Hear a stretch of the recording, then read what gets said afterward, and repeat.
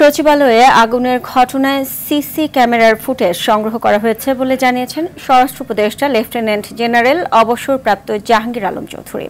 সন্ধ্যায় প্রধান উপদেষ্টার সাথে বৈঠক শেষে ফরেন সার্ভিস একাডেমিতে সংবাদ সম্মেলনে একথা জানান তিনি।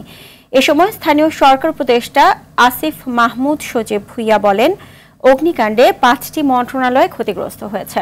যুব ও ক্রীড়া মন্ত্রণালয়ের নথি অনলাইনে থাকায় তা পুনরুদ্ধারে বেগ পেতে হবে না।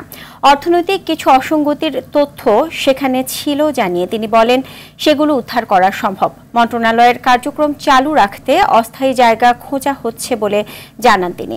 সংবাদ সম্মেলনে পরিবেশ উপদেষ্টা রিজওয়ানা হাসান বলেন, প্রধান উপদেষ্টার সঙ্গে জরুরি সভায় অগ্নিকাণ্ডের ঘটনায় তদন্ত কমিটি গঠনের সিদ্ধান্ত হয়েছে। কমিটি 3 দিনের মধ্যে এর উৎস ও কারণ অনুসন্ধান করে প্রাথমিক প্রতিবেদন জমা দেবে।